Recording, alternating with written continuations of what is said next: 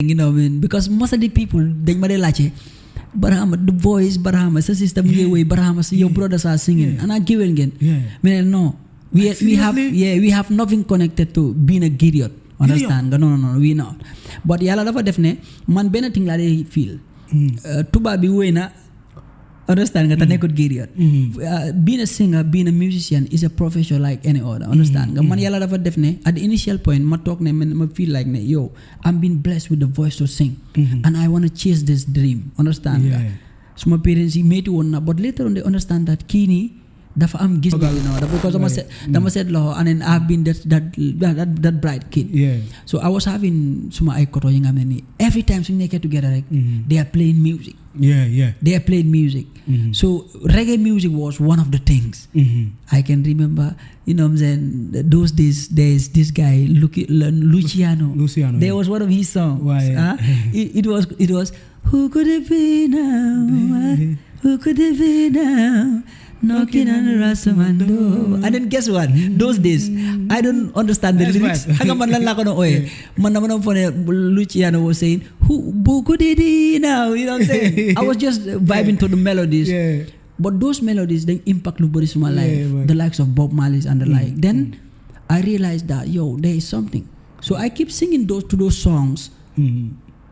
There was a friend of mine who was really observant. Anytime someone dig it up, they want to, bro, do you know that you have a very great voice? Yeah, man. You understand? Then, but it taught me, but for now, I'm coming guy today. Nobody. What you've done? These now people that have been doing music for 40 years, but they can't do it. So, I was relieved. But I was also correction to my papa. What did I do? You understand? Exactly. And it was just a sound. That's how my relationship with that Oussou Njie started.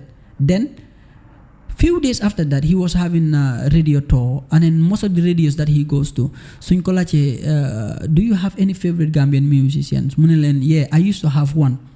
He was called Pap Toure of the late Super Eagles. But since the death of Pap Toure, I didn't see any. But recently, I have seen one called BARHAMA Cham. You understand? Yeah. People call me telling me, yo, dad, mune ni nanele. Then noon la started. Fast forward, he created a band. He wanted me to step in because he wanted to celebrate his 50 years of music, his golden jubilee. And want me to do it with him. That was the first time I performed on a big stage. Mu inima kiram. Ñew suma papa mu ne ko mu jox ko guru ne ko dama bëgg nga baye ma Barhama because I want to put him on the right path. My parents say no at the initial point, but later on they accepted because understanding music is what I want to do. So I lived with that for almost 2 years. But those 2 years changed my music journey. Wow. Yeah, understand? Mashallah. Because yeah, deko na mom not in the same.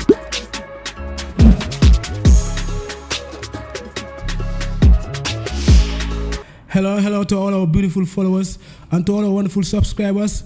I am so grateful to have this wonderful soul here with me in the building. One of the most advocating youth in the Gambia. Anywhere you see Barhama, you know that Barhama is one of the most humble artists in the Gambia. So I introduce you BARHAMA Cham on the UltimatePodcast, brother. Boy, yaa ngi nekk ci podcast bi lo ma bañ nangu ndax ni ma mel ye jitu na sa juddu doomu xool. You know what I'm saying? Greetings to my brother, you know what I mean? It's always a pleasure. Tay benen bis la ci bis, you know what I'm saying? I'm really happy to be here. Lura. I'm so grateful having you here with me. Same way here. Platform bu nga xamantene ni bu ma ko don create ha gisoon na la ci. Waaw bu baax. You know, suma sañoon tay nak kora bi ak guitar bi yëpp mu nekkoon fi. Why no? Tey dañ ko door rek, but today is not gonna be the last time. But guess what? Demoon naa ba dugal bagage bi ci moto bi de. But things just change. But you know, yow bul worry. Yeah, next time mooy daa. Ñu la wax ne jaajëf ci Ultimate Podcast bi nuyu la sa fans yi njëkka sa fans yi xam naa nama nañ la nag. Bu baax. Waaw, comme nu leen ko suma waaji waxee kii seen boy bi la seen xarit seen doomi ndey frère ni ñeena ñi oncle ñeena ñi Barham the man with the golden voice. You understand? Again. So I'm saying a big shout out and greetings to all my fans wherever they are around the world. Tey nag bés la si bés yi, you know what I'm saying? Pare pour waxtaan yaatal. Affaire si nice, you know what I mean? So waaw. Nice be. Barham xam na ne like ñu bari ñu ngi si jamono bi léegi xale yu xamante ne ñu ngi jóg. Nga dañ la dee vibe. Dañ dee déglu Barham ñu la fans. You know, especially younger generation bi. But ñu bari xamuñ Barham fu mu starté. te Barham dafa nekk ku nga xamante dafa yàgga si music industry. dafa yàgga kurukuru dafa yàgga grind. with his brothers. So before Barham there was the Kerji family. Kerji family actually. Kerji family tamit. Barham ak Kerji family dafa am fu ñu nekkoon. understand nga ma so léegi dañoo start from the childhood of Barhama. ñu waxtaanee Barhama his childhood. ñu ñëw Barhama and brothers. ñu waxtaanee foofu ñu ñëw ñu step up ñu ñëw Barhama as a solo artist. Barhama as a activist. There are a lot of chapters yu nga xamante ne dañ koy waxtaanee tey. but xam naa ne dañoo started from Barhama himself. as a Gambian. Barhama fan la judd. fan laa juddoo Barhama mu ngi juddoo Sanchaba su lay Jóob Sukuta foofu laa juddoo defee fa suma childhood days. waaw suma primary school ma defee ko Sanchaba primary school. I've always been that bright student and then most of my classmates or my teachers ñi nga xam ne they watching right now they know what I'm talking about. Then ma jógee fa def suma junior school Sukuta upper basic school. Then continue senior school at Nusrat. Suma childhood days benn affaire su interesting la woon. because yàlla defoon na ma dëgër boppa. but tamit yàlla dafa defoon ne ma am benn discipline benn yar bu ñu ma yare woon. suma famille ba nga xam ne nii no matter how dëgër boppa bu ma dëgër boppa because of the society and the environment I live I always try to humble myself, try to keep myself grounded. So affaire bu interesting la woon nag waaye sant yàlla sant yàlla bu baax a baax Barhama like suñ dégluwee Barhama bu baax a baax like comme most of the time man bu ma la doon xam. like boo just duggee si music industry bi man personally I was thinking ne Barhama Sénégalais la. waaw. comme doo dee am that difficulties comme léegi nit ñu la dee mun a foog comme sénégalais. waaw at the initial points difficulty bi dafa gënoon a yaatu. because when I started music together with my brothers. ñoom dañ am accent bi. accent yi sénégalais bi over. ba nga xam ne ni when I'm with them. te ñoom ñaar la rek dañ dee seen ne Barhama is one of them especially su ma dee wuy when I'm singing my Wolof is so clear.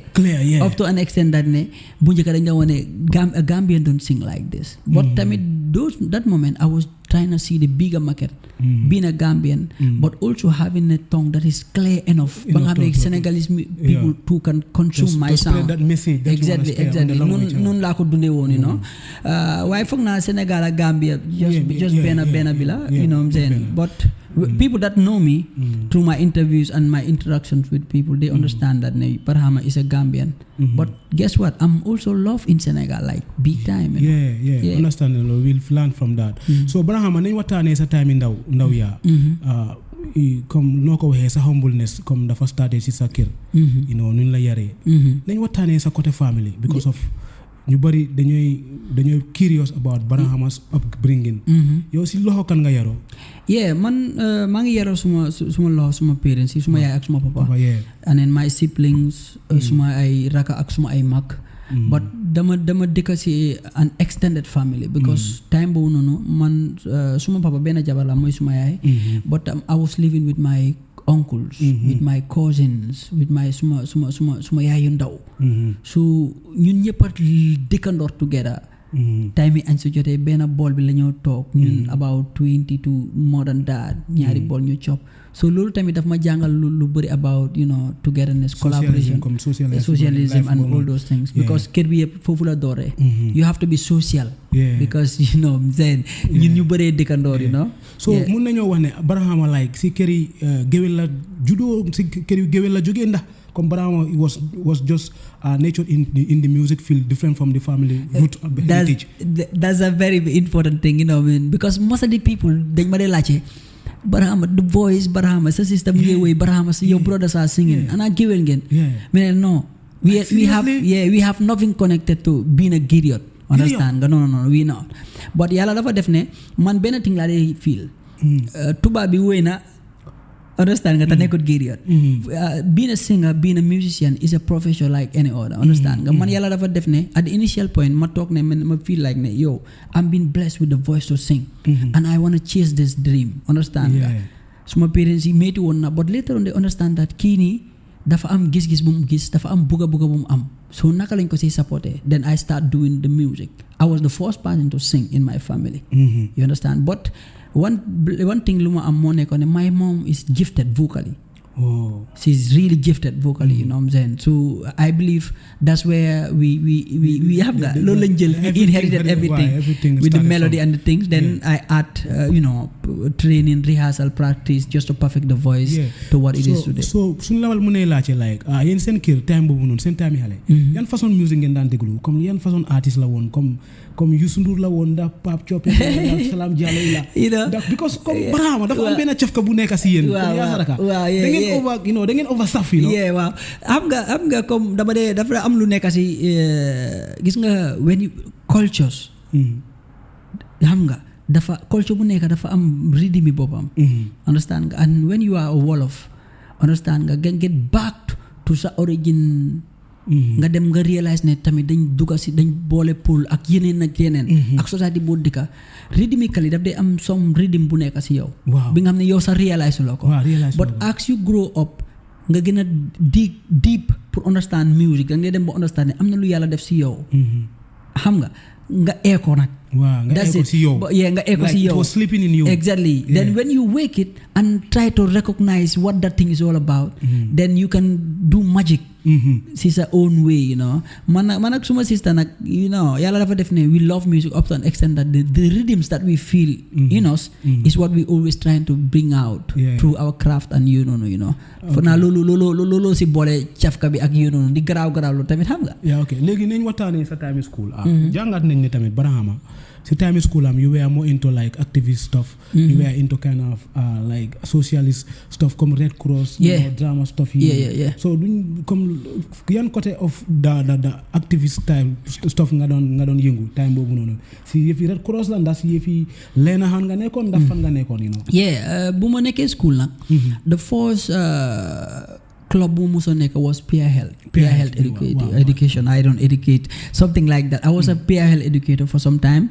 Then through peer health jàngal na ma lu bëri about giving xam nga humanity being there for one another and things like then later on si laa dem to Red Cross but most of the things li nga xam ne growth la si suma career growth la si how I see people growth la about humanity xam nga being there for one another yëpp Red Cross laa ko jàngee because Red Cross has taught me a lot and pour wax la Red Cross laa njëkk a amee the confidence of holding a mic and expressing myself musically in front of people exactly so Red Cross dafa am lu bëri lu mu def si man foog naa ne loolu right now maa ngi si music bi but that I'm always living with that te bàyyi leen xel ne tamit xale yu jógee Red Cross yëpp comme dem na fi ñoom Laasana ñoom Bright Stars and like comme they are all from nature from Nescott ñoom Aliou Badara bu baax all those ñoom Sandeng nga comme Sandeng ku nekkoon si music bi all those kids were like from the Red Cross actually so bu ñu ñëwee si music bi they have this discipline bi yar bu nga xamante ne nii everything lu ñuy def si music rek dañ koy teg si yar ak teggin ak sensitization so dama gis ne Red Cross tamit dafa play a greater role on endorsing a lot of kids ak Lena Han a very big one especially the Gambia like stars yu bari ñu nga xamante ne ñu ngi def lot of things on the music side and the advocative side they are from the Red Cross big time foog naa ne comme time boobu noonu noo ko nga gisee woon Red Cross ak léegi because time boobu nu mu amee woon doole bu music ñëwee ak yeneen YouTube ak social media bu ñëwee TikTok loolu foog naa dafa xala raar tuuti it's not that much still now Red Cross mu ngi dem and they are doing great understand nga but foog naa ne danga dee dem ba benn level danga dee feel ne yow responsibilities yaa ngay ñëw yaa ngay mag then nga move then the younger ones are coming understand nga but right now there are so many younger ones ñi nga xam ne ñu ngi toll ñun fuñ tolloo now they are in the Red Cross system and Red Cross system bi not ne danga fa nekk rek for the sake of nekka but danga fa nekka mu laa jàngal ay jikko mu am yu moo def si yow one of the very important exactly service for humanity that's one of the best that's one of the things yi nga xam ne nii it means a lot te dama ko dee wax ku nekka you're artist nga. You are not just doing this for the sake of not doing it. Understand nga? You are doing it for the people. So understand nga? Sometimes you should be really conscious on how the people are getting that sound, how you are impacting their life through your sound, how you are educating them through your sounds, and it's and when you are in the Red Cross system, you get to understand more about those and nakanga muna uses is a craft, you know. Yeah, nice, Braham. Like it's good for you to make that side of your story clear. So Braham, then step up a little bit. Like you started music, but both started music. Comme si loo waxee fii nii nga ne yaa njëkk a start music si sa family members.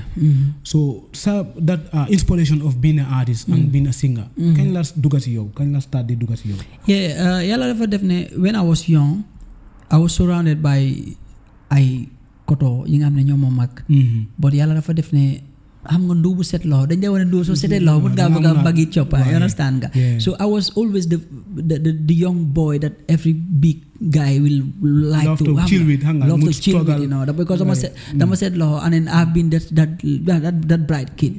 So I was having suma ay koto yi nga xam ne nii every time suñu nekkee together rek they are playing music. They are playing music.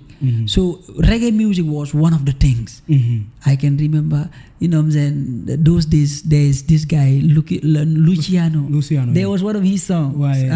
It was who could it be now? Who could it be now? Knocking on the Rastaman door. And then guess what? Those days, I don't understand the lyrics. Hanga man lang lako no oy. Man naman phone Luciano was saying, who could it be now? You know what I'm saying? I was just vibing to the melodies. But those melodies, they impact nobody in my life. The likes of Bob Marley and the like. Then I realized that, there is something. So I keep singing those songs. There was a friend of mine who was really observant. Anytime someone dig it up, they want, bro, do you know that you have a very great voice? Yeah, man. You understand? Then, but later on, when I sit alone, I realized that, I think what my friend is saying is true, you know. I have to search for this thing. That's how everything started. Then, fast forward, then things start happening, you know. Well, like, Barham, like, both started music. The full music vocalist, like, then start music with instrument. Because both started the fame on platforms and like on shows. BARHAMA is always with the guitar. With your brothers. So negi nañ waxtaanee si sa côté instrumental. Kañ nga door di dugg si instrumentalist. Balaa ngay form kër gi family. After dinañ wax ñëw si kër gi family. But nañ waxtaanee yow personally. Kañ nga start instrumental. Training instrumental balaa ngay dugg si music bi. When I started instrumental, fekk na start naa dugg music sax by the way. But dafa am certain feeling bu ma doon feel whenever I see somebody holding a guitar. Understand nga? And then even man su ma téye guitar without knowing how to play any chord, it sounds good to me. It sounds great to me. The feeling is just exceptional. Then I understand that I have a strong bond with this instrument. Then one day, man ak suma boppa asking myself some questions, I realized that I might have a good voice to sing, but there is another person out there who has a better voice than I do. You understand? And then there might be a day where them to an event or a place where them want to express my talent and there is no instrumental, there is none of my song. They will prefer to have the raw thing. Why not I accompany this voice with an instrument? So after, you know what I'm saying, come to then whenever I hold the instrument, I feel a special type of feeling. Till I understand, there is something, I have a bond with this, the passion first. Then I start searching for it. I don't just want to be the guy with the nice voice. I want to accompany the voice with an instrument. Understand? At least my value is going to be somewhere. Right now, I don't know, be anywhere. You understand? Big concerts. Just a guitar and then I can do amazing things. Everybody will be wow, you know. So that's why I started to learn the guitar. Right now I'm not a maestro in it, extra, but I can play something that will entertain the people, you know. So legi Barham nañ ñëw a little bit on your career. Gis na ne boo starté music you were together with your brothers. Yeah. My Kirgi family. One of the most talented group in the Gambia. So you were into vocalist, rap style bi, vibe bi, you know, same style of music sa. Dafa nekk lu nga xamantene ni yéen ko first introduce Gambia. Yeah, boba. Te time bo sen music mi nit suñ ko degulan, dañ daan fogg ne dara ji Sénégal ñoo nekk di woy. For real. Sen first song bo len gëno moy music bi. Yeah. Music my friend go cha la la la. Wow. Very nice song. Very the nice. video was really amazing. Hanga. Sen collaboration bi was really amazing. So lolu nakala collaboration bobu nakala started because of comme niñ ko xamé moy BARHAMA mo njëkk start music si Barham lini family Cham family. So yow sa brother si naka lañ ñëwé ba connect ak yow ngeen form group bi. Wow, for a long story but dinaa ko jéem a summarize rek understand nga man I'm the first person that started music in the Gambia because man ak guy we were not living together. Okay. ñoom ñëpp they are Gambian born but dañ relocate ak seen dad ak den met to Sénégal to certain time ñu defee fa seen schooling ak everything. So it's been a while gisante wuñ. You understand. Then man ma commencé start writing my things, start doing my things, having passion for music, trying to chase it, understand nga. Yàlla def si diggante bi every year dañ dem Gamou Sénégal, you know understand nga Medina Baye. Then this time round bu ñu demee Gamou three of us used to be together. Fekk those days tamit suñu rakk bi DMB start na music foofu moom. He was rapping. But Polyman wasn't doing it. Polyman wanted to be an author, so he was just busy writing. But most of the time when we sit together di waxtaan dañ dee realize ne suñ commencé any waxtaan sax at the end of the day daf dee mujjee si music. Understand. Then we were really observant. You understand? Hey, it seems like we have something in common, and this is music, arts, creativity. Then still thought of creating a group. But in order to create a group, I cannot be here. Ñoom ñu nekk foofu ñu create the group. Understand? Then ñoom ñu ñëw. They had to come. ñoom tam ñu ñëw Gambia ñu stay. Then that's how the group started. The first song bu ñoom record, we have to write donation letters to knock into knock suñ broy ku nekk kii drop 50 kii drop 100. Understand nga just put record a song. Then when we record the first song, that's where everything started from. Then you start grind ba benn level Kirki family taxaw, then that's how everything started, yéen boo leen dañ ñëwee naa ngi lokki woon time boobu ñu ngi am fila ñu am ñoom Xmail seen plateforme boobu waaw lii nii fekkat open mic mu ngi si digga ñu ngi woon si digga so da ngeen ñëwoon rek fila especially fila was one of your promotive of that song the music it was always on the stream Thursday so I said on Thursday fila dañ daan over future that song dañ ko daan over future so it was a unique vibe so gis ne like liggéey ngeen liggéey bi ngeen foog naa génnee ngeen album waaw EP lañ génne the first EP it was called Natalu Natalu where we have great songs. We have Aljana in it. We have Teranga. We have Liger. So many beautiful songs. So nañ waxtaanee sa connection with Oussou Njie Senor. Gis nañ ne dad bi. dafa nekkoon a great role model of the group. Oussou Njie Senor dem si yàlla yal na ko yàlla xare Aljana. ñu ngi ko ñaanal fu mu nekk suuf sedda si kawam. Amiin yaa rabbi. yàlla musal ko si every seetaan ni foofu noonu. Amiin yaa rabbi. So gis ne like Oussou Njie Senor was one of your role models. Dañ daan gis ne seen launching si yëpp Alliance Franco sax he used to be there. He was so active on your thing. Big time. So ba pare da ngeen daan mun a ad-libs of his songs on live bands and still stuff. Now I'm doing his songs. He's doing it. So seen connection with the dad. How was it like? That be understand. Whenever I'm asked about him, I feel really emotional because he has contributed a lot to my career as an individual, understand, at Kirki family. Because yalla dafa def that also during my childhood days, I just used to see him on TV singing songs. And then most of us young people those days, dañ xam nañ songs ami.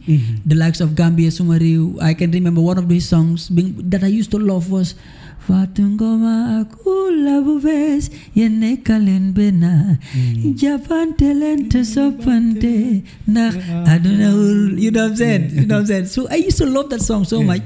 Then all of a sudden, Benade Manding Mori was launching the Manding Empire. Alliance Franco. So they invited us there as upcoming We were upcomings. Those days, we are one of the hottest upcomings. We dance, we perform, we fashion. You understand? Then when they invite us, put you perform, then man, dama am numa mean. Monica, even suma def a playback, sir. I want people to hear the raw voice of BARHAMA. You know, I want them to hear the raw voice. Then that was invited for Mom Sol So Nyong Wagan and the like. Then rek ma way from nowhere. So that he's a veteran, he understands. When he had the voice, he was like, wow, who's that guy? Then Wagan muneko kuku is called BARHAMA. Ben halela muneko oil mako. So no ma wache rek Wagan you munema kai that. So I was nervous. You understand? Because I was like, yay, what did I do upstage? Lingam ne dafa wara upset dad because he's a musician. He's not calling me for anything. So mangi hala ragal. I hala scared. Buma ñëwé that the first thing luma la ci monika, who taught you how to sing? Understand? So what I don't know what to say. Maneko no, nobody taught me, but fuck na mang am kuma de guide today. Munema no, nobody. Munema what you've done? These now people that have been doing music for 40 years, but they can't do it.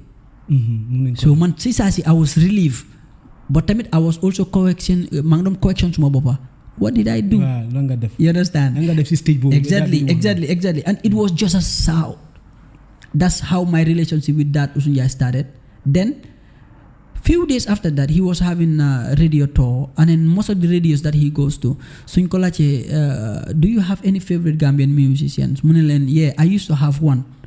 He was called Pap Toure of the late Super Eagles. But since the death of Pap Toure, I didn't see any. But recently, I've seen one called BARHAMA Cham. You understand? Yeah. People call me, telling me, yo, dad, mune ni nanele. Then noon la started. Fast forward, he created a band. He wanted me to step in because he wanted to celebrate his 50 years of music, his golden jubilee, and want me to do it with him. That was the first time I performed on a big stage. Mu inima kiram ñew suma papa mu ne ko mu jakko guru ne ko dama bëgg nga baye ma BARHAMA because I want to put him on the right path. My parents say no at the initial point, but later on they accepted because understanding music is what I want to do. So I lived with that for almost 2 years. But those 2 years changed my music journey. Wow. Yeah, understand? Mashallah. Because not in the same home, but I was living where the band was. Understand? The band is down waiting for me.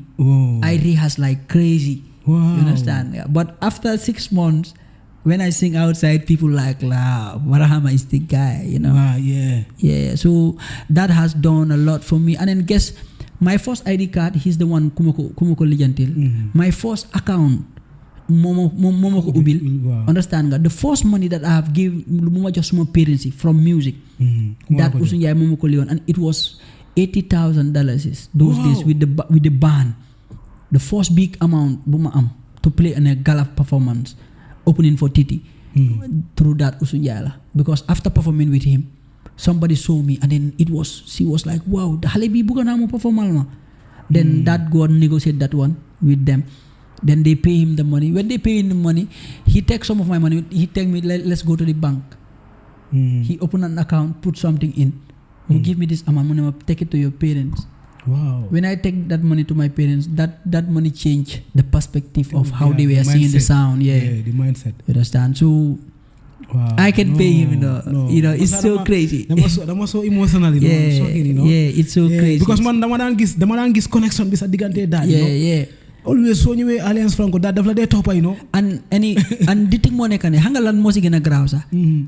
Daf ma bugga ba duggee nu be buggam fena. But whenever I'm rehearsing, yow da nga feel like ne kii moom he's my number one critic.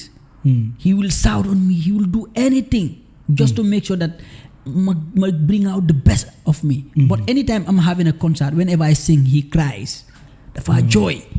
Mashallah. You understand? The love dafa joy. Unconditional love la. Yeah. BARHAMA, you know, it's a nice story vibe on that story. You bari ñu la xool ñu la sanante xamuñ loolu, you know. Yeah, they don't know, you know. So BARHAMA léegi nañ waxtaanee si kër ji family.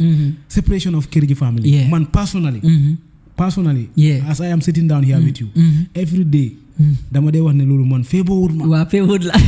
feebarul ma. feebarul industry bi. for real you know. because comme ñun we loved Kër Ji family from the beginning. Kër Ji family dafa am foo waxee. foofu noonu comme dama wax ne dama ko waxtaanee waaye yow nga pitch ko out. mooy seen charisme bi seen fashion yeah. seen solin. the way you know your outfits. you know kan moo leen dee designal seen yére yi. waaw most of it nag those days lu bëri lu ñu dee def ñun ñoo ko dee defar suñu bopp from our own creative mind. because yàlla dafa def man personnel suma papa teelu la bon man baa teelu moo ma ngénte. you understand so from a young age I started having love for fashion and all those other things so loolu foog naa moo dafa dem ba laal famille bi yëpp. you understand so noonu la fa doon demee ñun 3 things lañ doon move fashion and perform. Understand? We fashion well, we perform well. The creativity mom doo ko dee wax sax. loolu moo nekkoon suñu moto Kër Ji family. you understand and then Kër Ji family foog naa ne we have inspired so many young groups right now. Understand nga ñi nga xam ne ñu ngi def right now. but comme lu ma dee wax rek right now when people tell me that lu tax Kër Ji tas mel ne leen Kër Ji tasut. Understand nga because ñun what bond us together is bigger than just music. Right now we might not be doing it together. ku nekk mu ngi on a solo project but we'll slowly come together and then do a career family project once again. No, trust me it's gonna happen like seriously. It will happen. No, they won't believe it. I don't know what's gonna nice. Xam nga lu sax man ma gën a emotional la. waaw Kër Ji da ngeen amoon benn sound boo leen andi woon. yo so Barhama comme like Kër Ji family dafa amoon benn level of music boo leen génnee woon nooy ten time boobu noonu. seen last songs yi balaa ngeen a separate. yaa ngi mën a fàttaliku songs yooyu noonu. bu baax mooy songs yu that high pitch sounds. the danceable type of them. yaa ngi fàttaliku songs because my songs yàlla nañoo génn suma song. Can you revive us a little bit about the songs? waaw for now the last song am na one of the last songs bu ñu def bokk na Malaika. Hey girl, not to die. Tell me your name for the car. Please come over my yobula. Boobu def nañ boobu ak beneen bi. Na sabari bari. Waaw boobu. Something like you know that. Yeah. Those songs they like comme songs yu ba léegi mënuñoo am. No. To tell you the truth.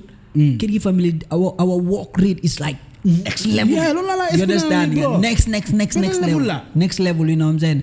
And then, you know, everybody miss that. Everybody miss that. You know what I'm saying? Yeah, it's always crazy. Why come no malako werek? Right now, dafa dem up to a level bi nga xam ne nii Barhama mu ngi Gambia. The music wasn't paying like how people see it because yow xam nga Gambian music, you know what I'm saying? Léegi la things commencé change rek. But before, people are seeing you on TV, understand nga? People are hearing you on radio. But that has nothing to do with your earning. Like loolu leen spend si seen yëre yi rek. Exactly. Seen costumes yi, xam nga bills yi, dem even jël moto sa dem on show sa. It's something else. So dafa dem up to a level bi nga xam ne ni tamit suma brothers yi Poli moo nekk Poli at DMB. Suñ parents yëpp nekkuñ together man suma mom ak suma dad everybody ñu ngi around. So ñoom tamit they were here with us but dafa dem up to a level bi nga xam ne ñoom they have to go to Senegal where the parents are to be closer to them and then because you know what I'm saying. So mu gën a yomba. Exactly. So when that thing happened we were not able to do things like it used to be. Because music is more than just recording a song and releasing it. You understand? There are so many other things that contribute in it, you know. So lolo tax nag after all mu dem ba nga xam ne ni xam nga amatuñ ko comme nuñ ko mën a amee. yow ñoom ñu ngi nekk fële moom mu fële and then kenn warta téye sa morom. Ask in if we are not doing it together nobody should do. xam nga we should be really free up to an extent that ne kii su fa nekkul sax keneen ki war naa mën a dem but tamit nañ sóoraale ne there is something that bonds us together which is family. You understand nga mutual understanding. And then you know shout out to my brother you know Poliman moom mu fi jógee lu yàggu sax he was here not long ago maybe 2 weeks back and DMB, you know what I'm saying? Yeah, I follow follow on YouTube. Yeah. Gang non job, you know, why recently again na gis guys and drops in. No, you get job lu doof. Because right now they ñom ci bopam industry Senegal they taking it to another level. Yeah. Right now DMB, I can tell you that so many big songs, big artists. He's the one that is writing more nek di bindal guy. Wow, yeah. Di len ko jox. The same thing Polyman too is on the production side and at the same time singing. He's producing for big artists now. You understand? So it's a big development out there. Big development, yeah. Man love fi. My you don't job producer bobu nonu. Moy ñu gëw non sa sound bobu nonu moy remix yi Davido bi. Yeah, CD4 ak Job sa brain. Yeah. They working with them. Yeah. Yeah, mashallah. Barhama ma ngi over appreciate si sa leral bi fofu nonu pour fans you understand. Because of recently hanga am na ñoo xamante ne leen toppoon bu baax a baax ñu leen doon follow te ñu leen nopp in the music side ñu leen buga ci seen xool yi the group you know because ñu bari duñ understand man suma boppa sax man soo waxul loolu fii léegi nii ba léegi dama day question suma boppa Barham kay boy dafa na groupe bi war na tas for real hanga so ñu ngay wax ne ñoom fu ñu nekk yàlla defaral foofu jàmm waaye dama comme lu ma bëgg a leeral gars yi moo nekk xam nga tas is not something else, you know what I'm saying? Kër gi family, two things la. Dañ bokk kër ba pare bokk family, not family by name but dread. Understand nga? So there is nothing like that when you separate together. Right now we might not be doing music right now, but we are doing everything. We are doing things together. And then we'll surely do a Keri family project again inshallah. So let them get ready, you know. Kini Barham, they revive a little bit on your first tour to Venezuela. Yeah. Yang fàttaliku loolu. But lini bi Venezuela bi demoon. Man Spain bi la fii la demoon Sweden bi. Yeah. Bu ñu years yi doon dem Venezuela yow demoon. No, boobu last minute bi laa lii nii ñu ñoo demoon Humanity Stars. Humanity Stars so ngay waxtaanee si sa first trip to Europe. Yeah. Mooy sa Sweden Spain tour boobu. Yeah.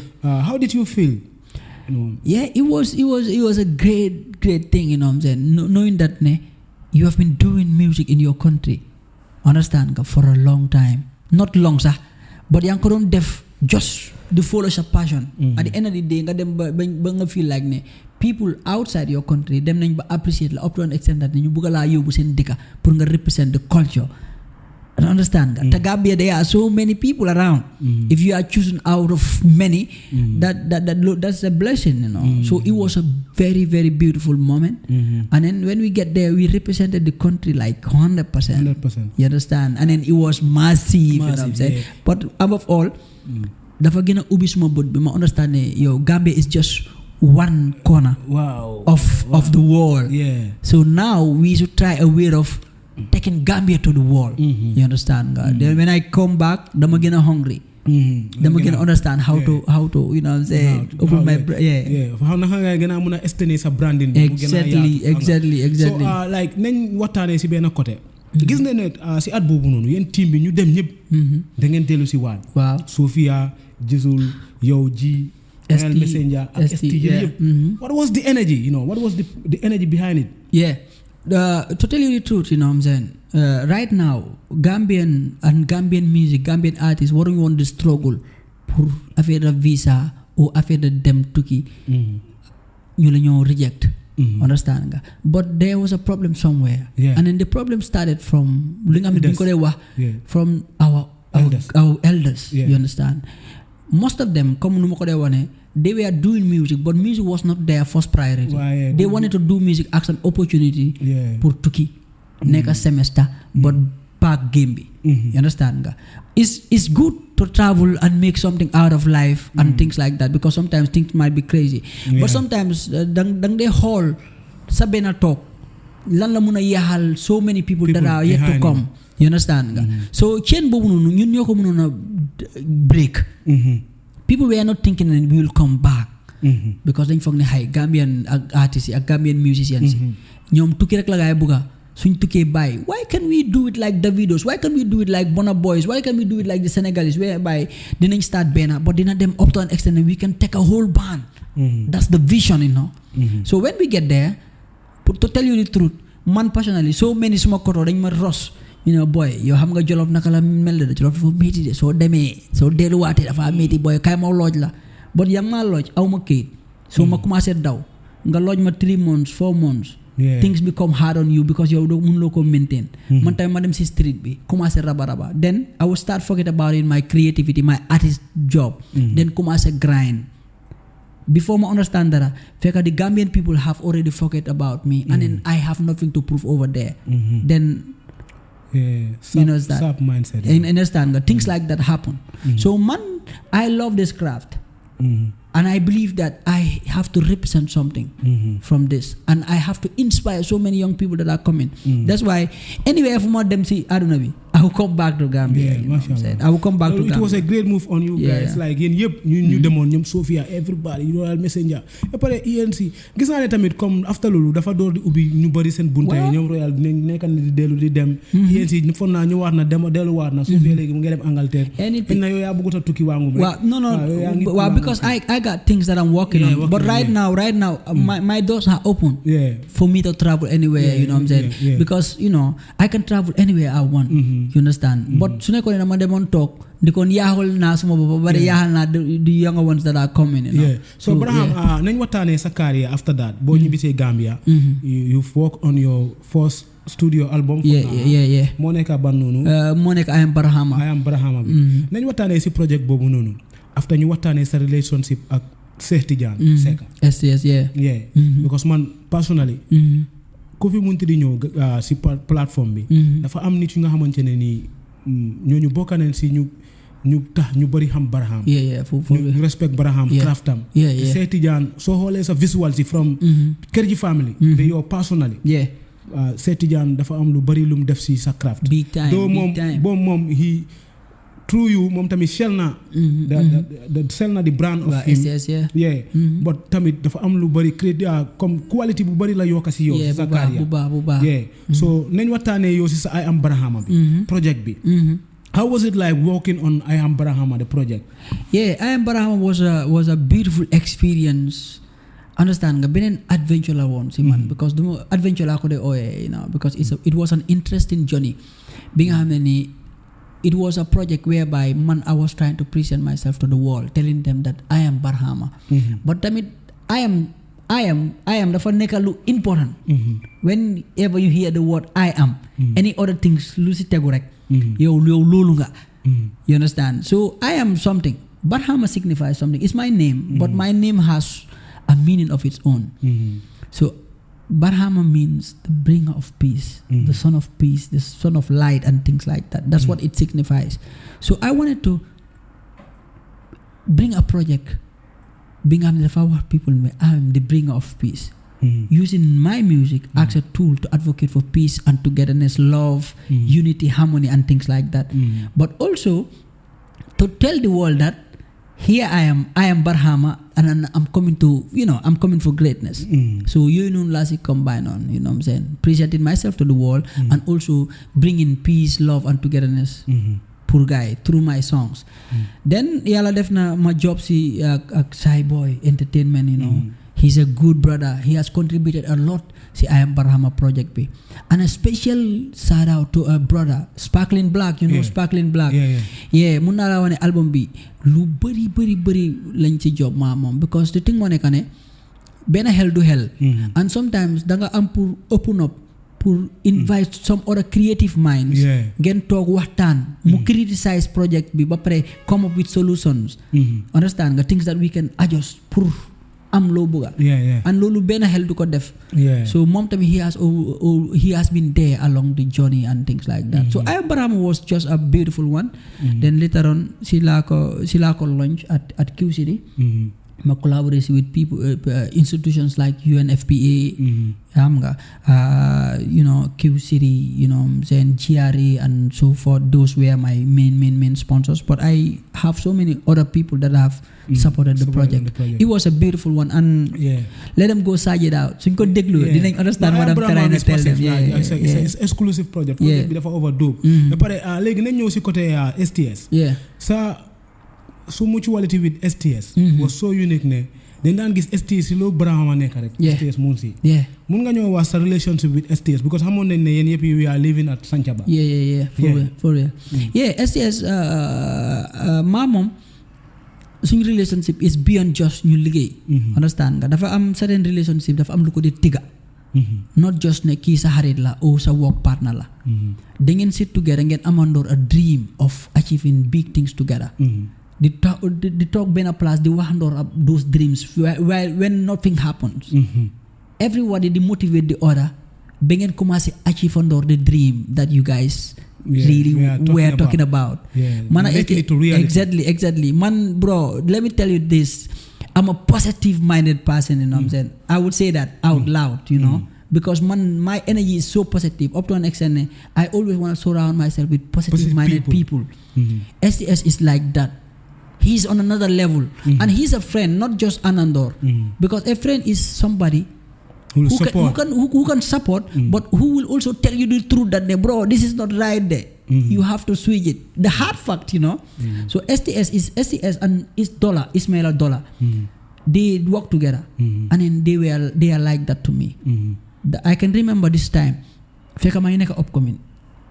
Tiye suma guitar beat. Whenever you talk about STS and Dollar, I'm playing some crazy chords. You have the negotiations, but nyom ko don't accept.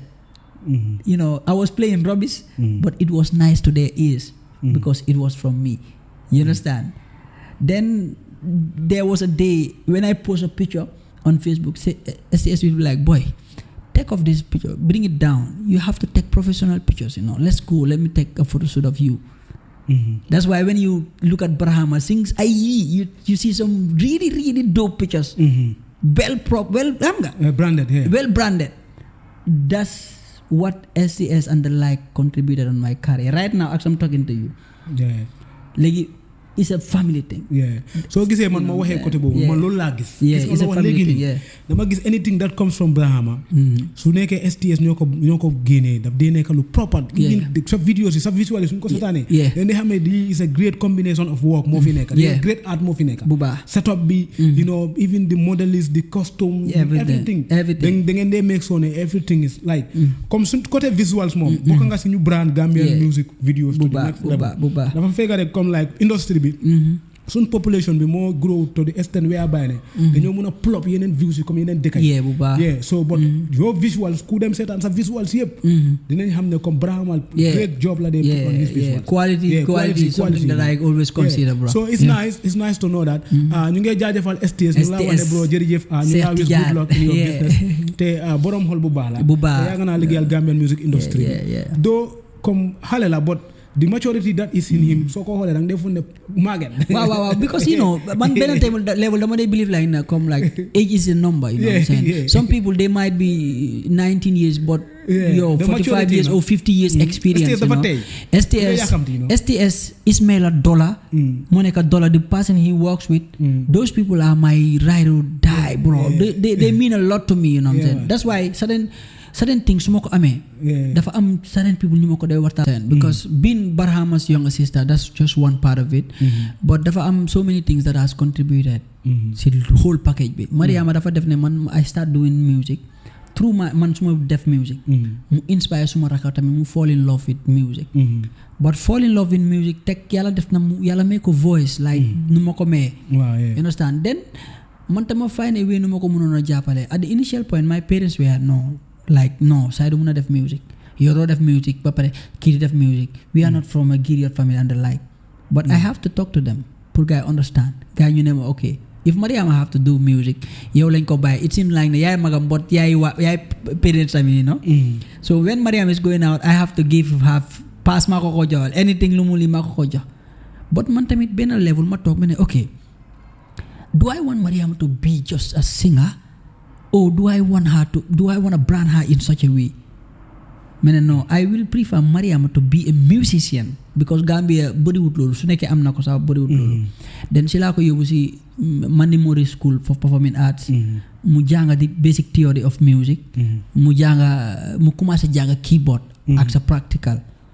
Then right now she plays keyboard, you understand, and singing at the same time. But those days anytime Mariama su defee song sax dama ko dee paak you're not releasing it sometimes he will come home crying. Sometimes dama dee mere yenn saa du dee ñemee taxaw suma kanam sax di wuy because I'm always there to criticize. You know why? The outside, the music industry is a crazy environment. So nekkee jigéen sax da nga war a góore. In a sense ne you will hear critics from all angles. And if you are not well prepared mentally, yow benn critics rek mun na laa damage sa self esteem and then you know sa confidence and you know. So I was trying to prepare her for that. All those years among si loolu laa nekkoon, you know what I'm saying, ñu dem ba certain level nag ma bàyyi ko mu dem defam doing just crazy things and ak Musa Suso my brother mu dugal ko on the manding line just pour mold her on the other side because Sona Jobate is also her role model. Then ñu push ko si manding line bi pour mu understand the Kora and the manding line. Loolu la def for certain time ma realize ne right now she is ready to be introduced out there. Introducing her in so many ways.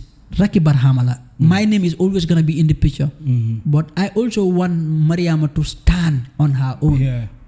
So that's why I must start doing things for her, doing songs with her. But let them expect that very soon Mariama is gonna come with her own project. Right now, as I'm talking to you, she's doing great performances, conferences, and all those other things. She's having it on her own.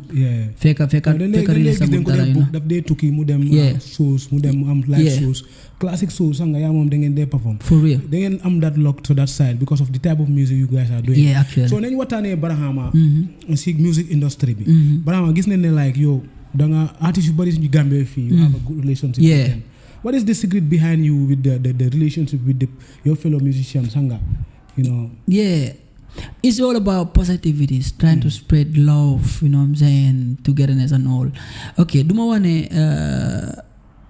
I cannot say that I'll be cool with everybody or everybody will be cool with me, but I'm really cool with everybody because you know why? Hanga sometimes, so gise would people ask your competitor, right? Then do they problem for the neka for the firange do the neka for the neka man yalla dafa def ne you know I know that my lane come like you know what I'm saying Barhama is Barhama, you know what I'm saying Barhama is Barhama. No. Who's crazy to compete Barhama is not. You know, it's crazy, you know, because yalla dafa def ne nit ku nekk yalla may na la lum la wara may.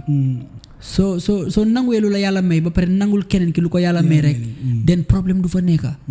But so gisee problème su ñëwee rek dafa mel ne yalla may la dara ba pare nga xeeb ko di xool keneen ki lu mu amee. You understand nga man bro I feel happy when I see my guys winning.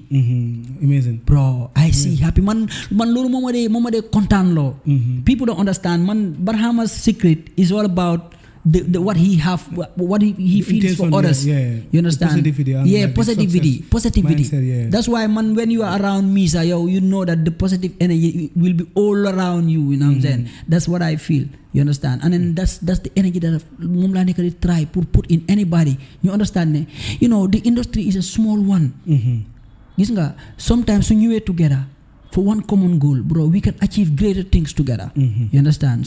But bul talk nga foog ne kii ni sa enemy la nga ko fight kile na leen no. Barhama is not like that. Man moo tax from the old generation, from my age mates to the younger ones, unless you don't know Barhama, but when you get to vibe with Barhama, then you will understand how he is. And then I'm also grateful to the artists too because you know affaire si ñaari boor la. If I'm nice to you, you are nice to me. But man, even if you're not nice to me, I'm nice to you. Because my energy is too positive that negative energy don't survive around my territory. Barhama, jërëjëf. Barhama, gis nañ ne like nekkuloo ku dee teel a mer. Kenn musuta gis Barhama muy mer. But there is a portion of you foo xamante ne bëgg naa ñu waxtaanee ko si podcast bi tey. Gis nañ ne last year di boobu tamit gisaatuñ Barhama kuy siti gisaatuñ Barhama on concert bu mag xam nga Barhama mu ngi laaxu téye boppam si best of the best bi gisaatuñ nañ Barhama mu ñëw egg stage mu ñëw woyut dafa ñëw rek wax lu waxam rek wone meram rek wàcca dem you know loo xamante ne nii dafa andi woon benn coow bu ndaw rek si internet bi waaw si mënuñoo na understand suñ bëggee clarify foofu noonu because génnoon nga wax si after loolu mu dee dem ñëpp fàtte nañ ko ñëpp understand nañ but suñ si duwalee delluwaat yooyu dafa nekkat stuff si nga xamante ni dafa disturb ñu suñ industrie waaw understand nga soo ko bàyyi xel ñu bari soo gisee ñu téye seen boppa ñu humble seen boppa duñ dee socialize with lot of things that are on the industry it's because of lu mel noonu suñu waroon a setal foofu what was the issue behind the scenes no I wouldn't dive in pour jéema lii nii because xam nga léeg-léeg dafa am certain things soo si buggee dugga rek foog mu xambaat beneen safara out there you know what I'm saying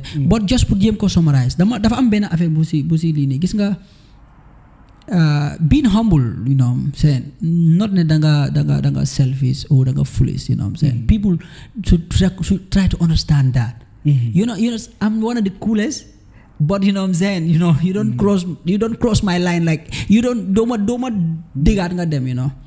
Understand nga tat ben affaire la de wax rek mo neka industry dafa ndaw, understand nga, respect from both sides la wara nekkee, understand nga, from artist to artist, from promoter to artist ak whatsoever, cër bi côté bi yëpp la wara nekkee. But sometimes daf lay dem ba up to a level bi nga xam ne soo gisee artist sangam yëpp artist sangam rek because of promoter sangam moo xam nga moo ko cause, you know what I'm saying.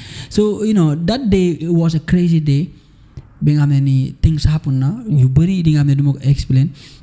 But after all, man tamit, you know what I'm saying, I was up here, you know what I'm saying, man regret luma def, but I was pushed at the edge, understand nga. Then man reacted that way, which I wasn't proud of, because yalla dafa def ne man, what I stand for is not, it has nothing to do with that.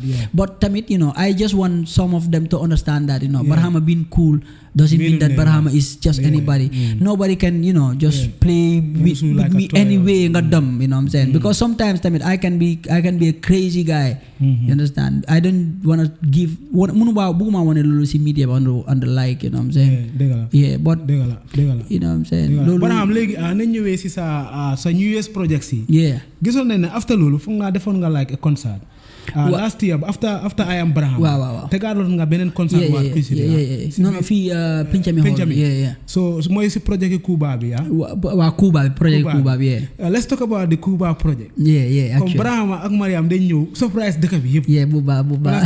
Because da nga surprise before depuis yaa oh boy kanu muso bi. Kano ka moo ñamandi ak nga dama dem man sa muso. Nga def kano ka moo ñamandi man oh boy. Then Cuba ñëw. So gis na ne yaa ngi jéem a brandar sa bopp xanaa léegi lan nga nekk di play da nga nekk di political ndax. No, it has nothing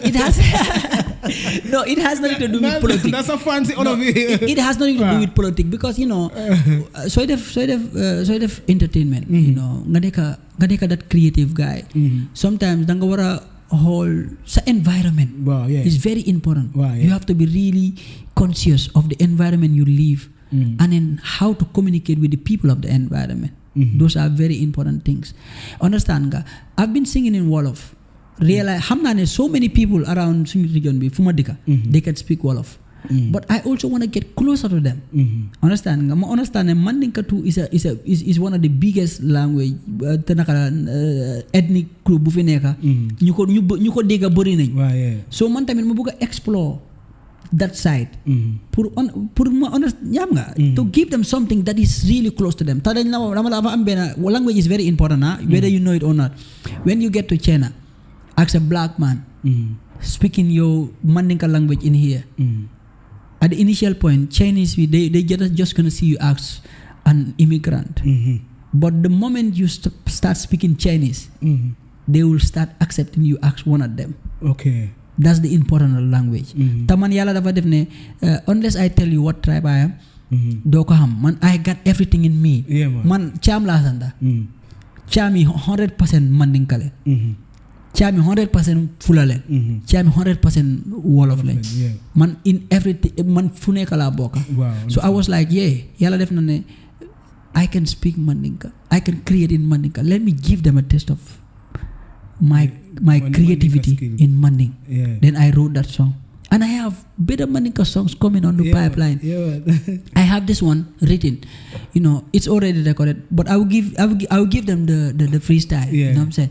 It goes like Dunya mutili sabaleti bikunu nisoma ihaki lokije ni sulata fena imasoto bi dukare kana kamva soma binalale molsi atambari mankilingo ni alongo nyama ite batala de. Too much expectation, disappointment. Oh, life is what you make it. Kamfa kodati ye. Tambita kambani dolbe siri. Ikonye lafta tamala bariko doti ye. Tambita sunkutu balbe jibe yola. Kabiri yenje ibela koma kumarola. Kambani bafuleve kelela. You know what I'm saying? Yeah, and it goes like that. And all this. Braham, can you make No. That one, let them expect it anytime. You know what I'm saying? That's just one of the Mandinka songs that I have. You know what I'm saying? Yeah. So just put guy. Understand? This is a creative guy, right here. You know what I'm saying? The talent is like the face. You understand? And it's coming. It's coming. It's a nice conversation. It's a podcast. Session is one of my greatest sessions. Family, bro. Anything for a brother. Mashallah. I'm so grateful.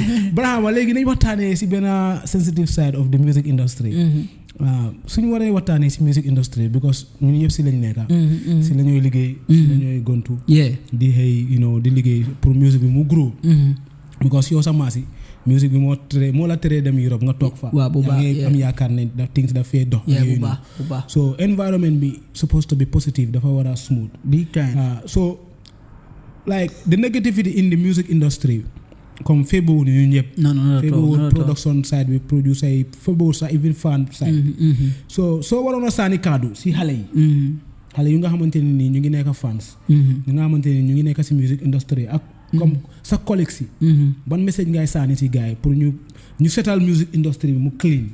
Because yaa ngi ko fee wax always nga ne comme you don't see yourself as a competitor to anybody.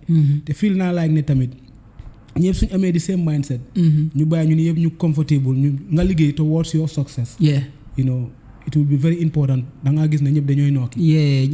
lan message nga war a am pour waxtaanaa fans yi. ñu nga xamante ne nii dañ dee toppakaay yi di ko gën a grawloo. di xatal environment bi. Anga.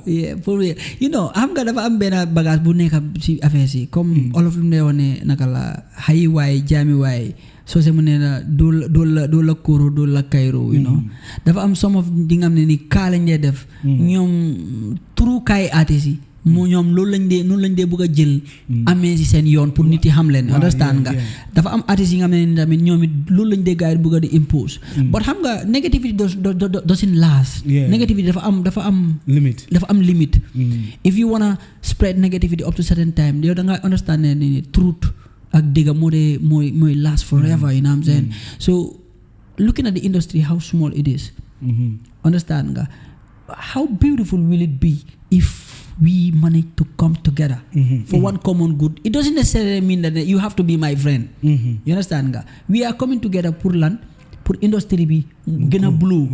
Because one sample moo si nekka there are so many investors that are yet to be part of the industry. There are so many borom xaalis ñi nga xam ne ni mun nañoo chip in for the growth of the industry. ñi nga xam ne they will not come in an environment full of negativity, polluted with xam nga violence and things like that. So when we find a way of making the environment cool for everybody, then kilifa yi sax dinañ understand this is a place where I can also go at any time. Then support will start coming. Then everybody will start eating. If the musician eat well, of course the video director is gonna eat well. Understand nga the media person is gonna eat well because money will fast circulate. Understand nga and things like that. So that's why it's very important pour ñu come together. For the fans, benn thing la war a sóoraale. Sometimes don't let your passion or sa buga mu push la pour nga def li nga xam ne danga ko regret ëllëg. You just love an artist, you don't know what that artist is doing with the fellow one behind closed doors. So lo dégga si media bi nii rek not everything that you hear from the media is true.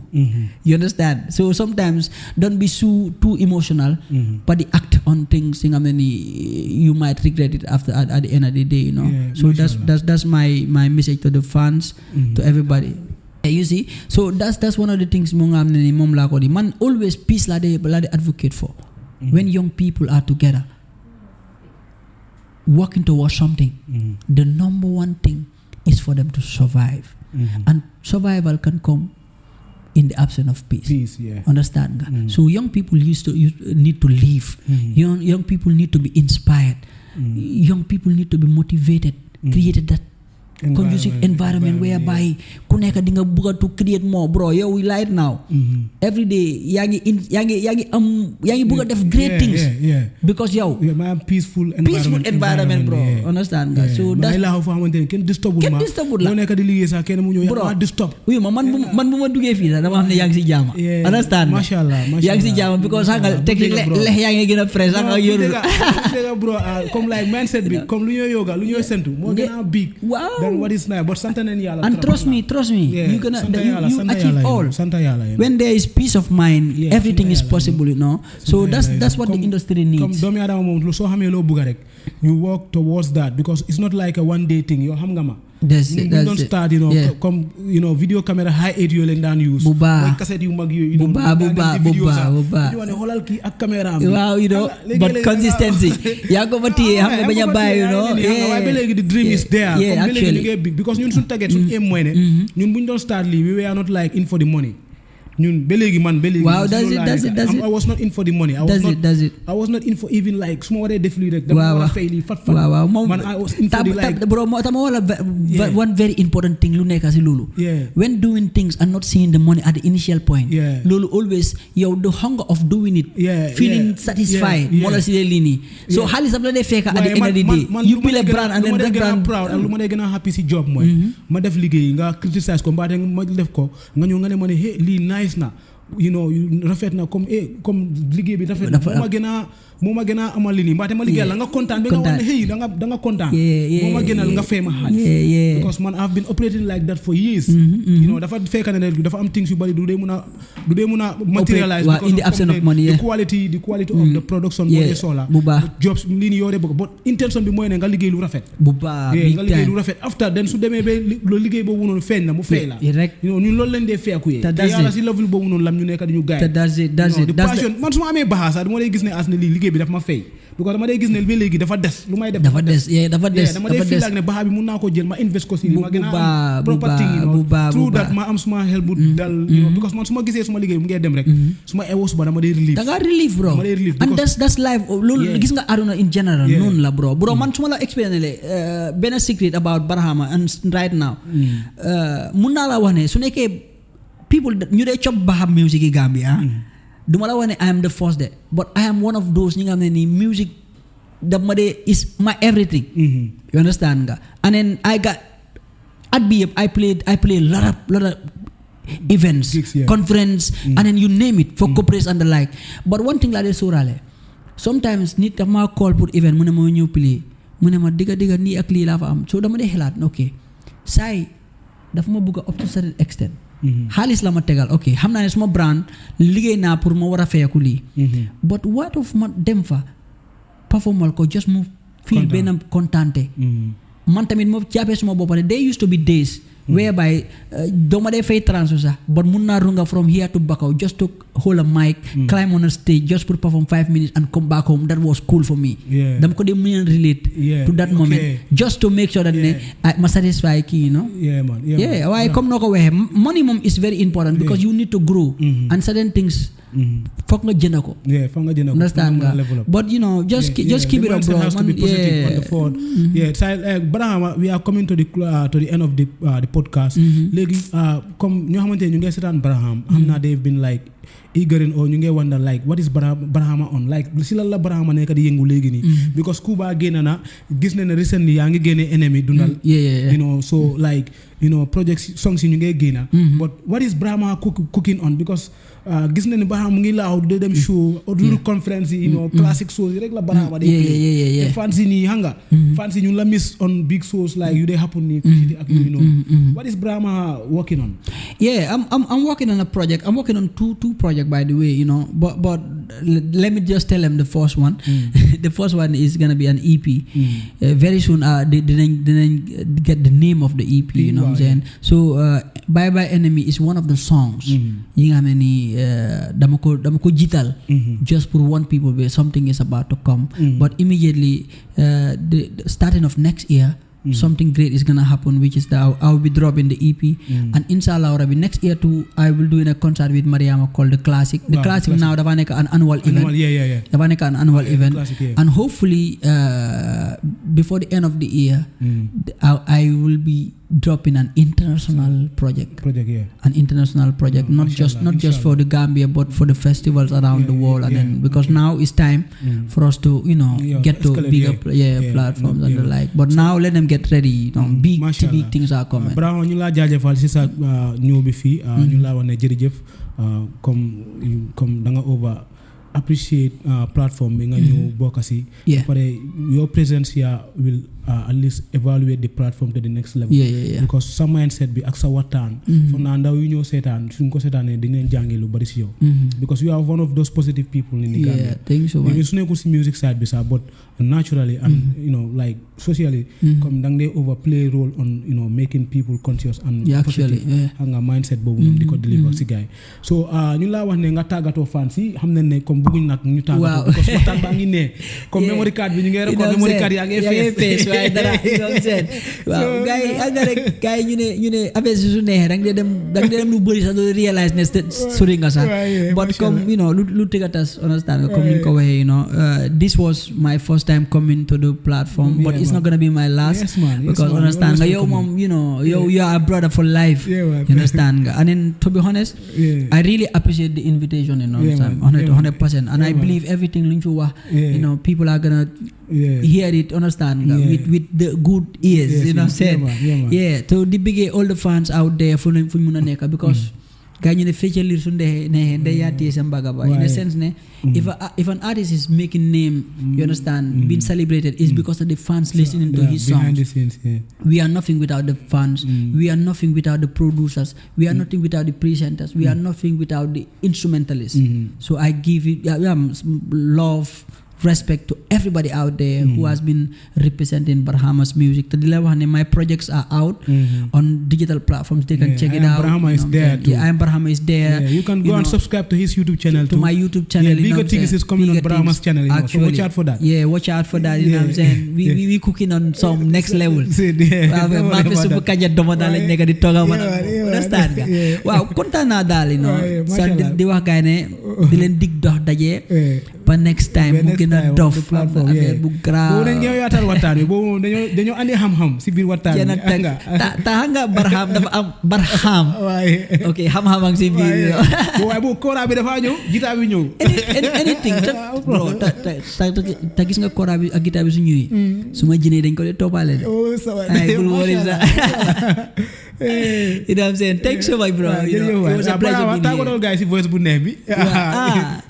Anything léegi yaa nga nagala mene dama cool, super cool, sing suma timing do bari turiñ may you everybody know man ak suma gaay te ñu juba suba ñu xulo wa taxu ñu mero xarito bu super duper true bunti kër da lañ doon sampa mini pose piccombo leku nekk star rek lañ dañ njëkk a choose di play wak tànki neen sometimes ñu just la banga bruce nga mer bu rari ak per fighting wasn't part of the rules renin season ñëw ñu yàkkanti dem sangu taw koñ yi poto benn moto munu fa daw muy taw guddi sa néeg di seena munu loone la waaye after the rain nga ubbi palanteer jël nga laaw.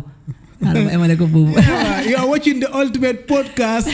Subscribe and watch out for more of him. Coming. Big things. You know what I'm saying? Thanks so much, bro. Yeah.